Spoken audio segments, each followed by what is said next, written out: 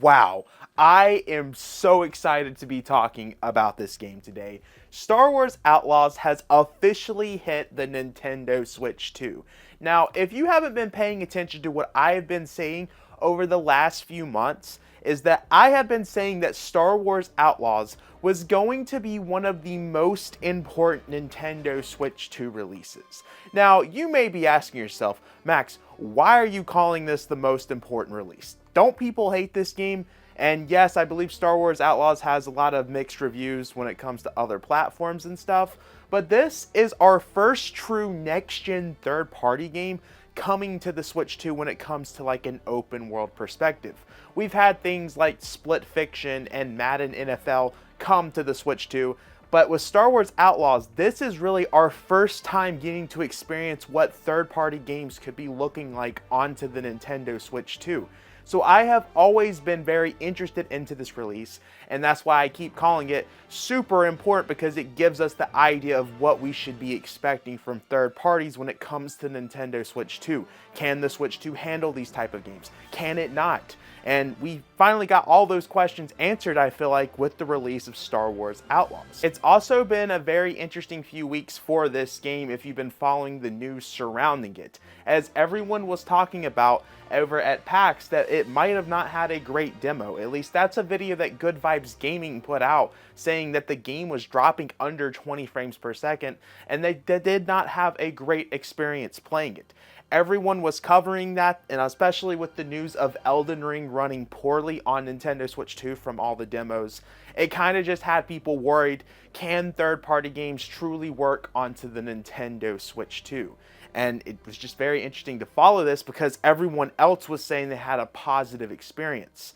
So there's been so much mystery behind this game coming to the Switch 2, and it's great to finally have it in our hands and decide if it's a good port or not. And in today's video, I am going to tell you how I feel about the Nintendo Switch 2 port. As you remember before in the past, I have done so many third-party reviews on the Switch 1, and I've definitely been looking forward to doing the same thing for the Nintendo Switch 2, so I feel like I've been able to play enough to tell you guys how I feel about the performance, the frame rate, the visuals, the resolution.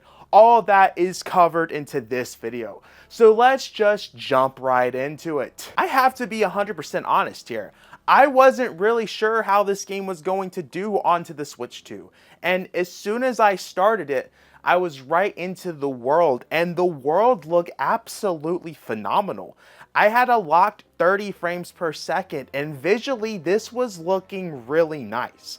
Something that I think is super important to point out is that they tried to put Star Wars Outlaws on the PlayStation 4 and Xbox One, but the systems just couldn't handle it. So the fact that they were able to put this on the Switch 2, which if you haven't been paying attention to the comparison of the power of the Switch 2, there's been people calling it a PlayStation 4 Pro. There's been some people calling it an Xbox Series S. I think it's an in-between both those things because the system has things that the PS4 Pro doesn't have and has things that the Series S doesn't have and also has things that both of those platforms had. I don't really think they're comparable, but I think it gives us a really good idea of what we could expect coming to the Switch 2, especially seeing how this game visually and from a frame rate perspective looking, which was shocking to see, especially considering the type of worlds that you are thrown into with this game, Star Wars Outlaws. I was heavily impressed with what Ubisoft did with this, and I was surprised that Ubisoft put as much effort as they did into putting Star Wars Outlaws onto the Switch 2, considering that this game is reviewed as a mediocre game. And I think Ubisoft has actually lost a lot of money onto this game. So putting a whole Switch 2 version into it, they probably put even more money into this. And it was just surprising to see them put that much effort, but it was nice to see Ubisoft do that. I will say one thing that I've noticed with Star Wars Outlaws is if you pay attention to some of these shadows, the shadows look pretty rough in the game, especially depending the type of cutscene that you are in. The first thing you're going to notice are the shadows are a little off, the lighting is kind of all over the place with these cutscenes. I would say that that's the only time that this game truly does not work well for the Switch 2 is when you're doing the cutscenes. You're going to see hair textures all over the place, which hair textures seem to be the thing that have been more noticeable with the Switch 2 ports. It seems the game can look absolutely phenomenal, but if you pay attention to the hair, you're like, oh wow, I'm definitely playing the Nintendo Switch 2 version of this game. The lighting is also just really disastrous depending the type of cutscene that you are in within Star Wars Outlaws. So I would say for my personal gameplay experience, I never realized I was playing the Switch 2 until I saw these cutscenes, the hair textures, the lighting, the shadows. They were truly all over the place. So I really wanted to test this game's frame rate out, as I figured there was going to be somehow, some way that this game is going to drop under 30 and would look pretty bad. So I took a mechanic with the driving to see if the driving mechanics were going to slow this game at all, because if you play Cyberpunk 2077, the only time that you have frame rate dips with the Switch 2 version of that is depending where you are driving into Cyberpunk. The driving can really drop that game's frame rate. But with Star Wars Outlaws, I'm surprised to say that that did not happen, which truly surprised me considering how fast that you're going into this game and how wide open these worlds are, and especially depending where you are into the game, being in the type of world that you are, I would have thought the game would drop frame rates with that. But it never once dropped frames when I was playing the game, which I was absolutely stunned and shocked, which I think is, once again, something exciting to see happen for a game like this, and gives an exciting future for third-party games, I feel like, coming to the Switch 2 when it comes to some of these other games that aren't on the platform yet. And the fact that they were able to do the driving mechanic with no frame rate drops, and something like Cyberpunk has that, I think says a lot about how much effort went into this. As I've said many times before, I think Cyberpunk is probably the best third-party port out there, and I think it was going to take a lot to outdo that. But Ubisoft actually managed to do the driving stuff better than what they did on the Switch 2 port of Cyberpunk. So Ubisoft should pat themselves on the back, because I know CD Projekt Red put a lot of effort into their Switch 2 version. And to say that we're already outdoing what's the best third-party game out there on the system within 3 months of the system coming out, I think is really cool, and I think that's a good thing to have, especially because I thought this driving thing could be a common thing for other games for the system. I also tried traveling through space because I thought that was something that the game could dip in frame, but it was remaining at a locked 30 frames per second as well, especially when I was shooting enemies in space. I thought for sure that this game was not going to be able to stay at that remained locked frame rate, but it did. And I think Ubisoft deserves a lot of props for this. As you know, as we pointed out, Cyberpunk couldn't even have done this. And the fact that we're doing this within space, which is something that, you know, a lot of rumors of Starfield coming to the Switch 2, that sounds like that's going to be a pretty impressive Switch 2 port if they're doing it correctly, just how Ubisoft did with Star Wars Outlaws. I did decide to play a few hours in handheld mode to see how I felt playing it within that. And to be honest, I never felt like I was missing out on anything when playing in handheld mode. In fact, when it came to those cutscenes, I thought I was able to handle looking at the cutscenes better through handheld mode within docked mode, which makes sense as it's a smaller screen.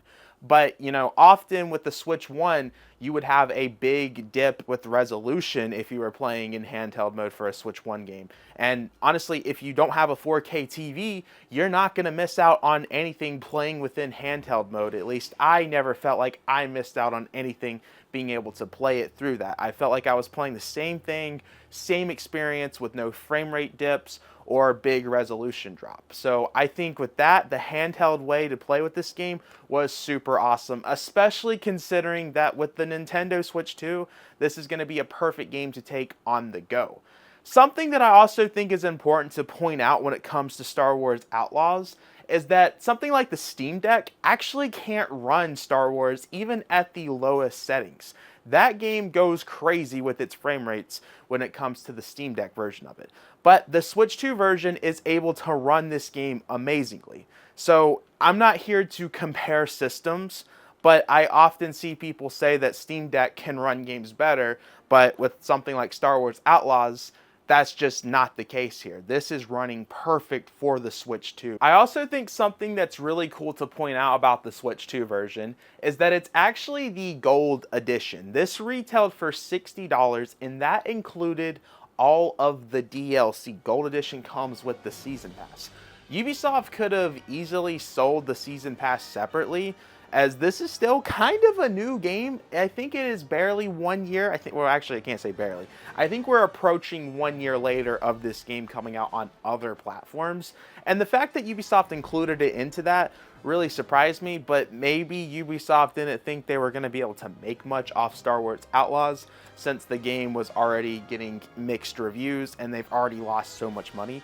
But it's cool to see that with, something like a Switch 2 version, people complain about prices, third-party games coming out later, stuff like that, that they included all the content for you at $60, which I think is a very good price tag for this game. I look forward to continue playing this game, as I'm having a fun time with it, as it reminds me a lot if they made a Star Wars crossover with Uncharted, with a lot of stealth mechanics put into that. And I love stealth mechanics in video games, so I've been having a blast playing Star Wars Outlaws. But this video is more talking about the performance and how it rates from other Switch 2 games from a third-party perspective. And so with my review of Star Wars Outlaws for the Switch 2, I would have to give this game a 9 out of 10 when it comes to a third-party Switch 2 port, because they absolutely killed it. They made something truly special here, which is something exciting to see for future Switch 2 third-party games.